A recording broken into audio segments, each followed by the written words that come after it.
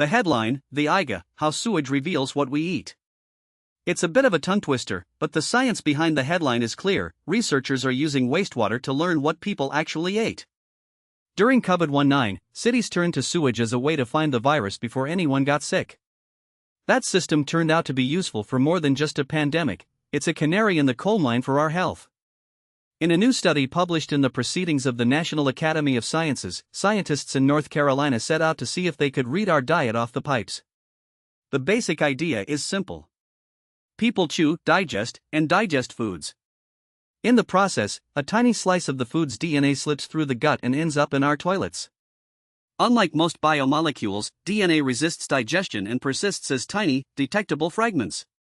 Those fragments can be collected from a blackened river of sewage and sequenced in a lab.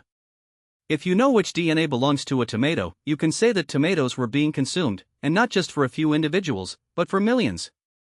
In the study, the team examined wastewater that had been collected from about 2.1 million North Carolina residents, roughly a fifth of the state's people. The samples were stored in the lab and later thawed so that scientists could isolate the DNA.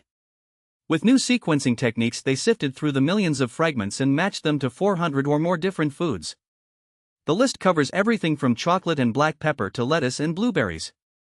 For less than a cent a person, the researchers could pin down which proteins or fats were in the collective diet. This level of granularity gives them conceptual power. They can assess if communities are meeting dietary recommendations, what foods are favored in different socioeconomic groups, and how sudden policy changes like food stamp cuts ripple through the food consumed. Sometimes, researchers still have to rely on what public institutions can afford: food diaries, single-day recall questionnaires, or calorie counters. Those are not only expensive and burdensome but also rely on people telling the truth. People forget items. 15 to 20% of food is lost from memory after a few days.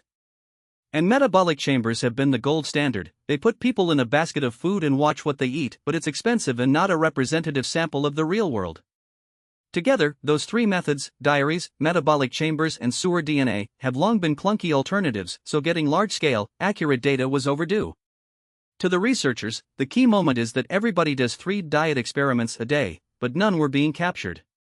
A single gram of food DNA is swallowed daily, broken down in the gut, yet a smattering survives and ends up in sewage.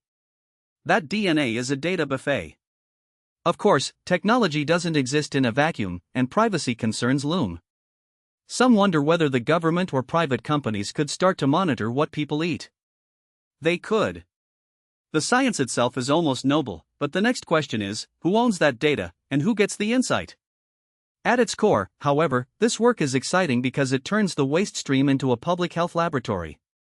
Real-time data could help food bank managers see if their recipients are getting micronutrients or only carbs.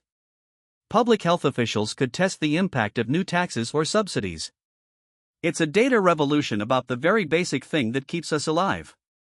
That's the future of food studies, not with a spoon in hand, but with a Gilly Street pipe. I'm your host, coming to you with another scoop of science that goes downstream to the next point where the pipe ends, and a whole new way of tracking what drives health. Thanks for listening, and stay curious. The next episode will explore how our favorite drinks are making the rounds in the water. Until then, keep your data clean and your taste buds tuned.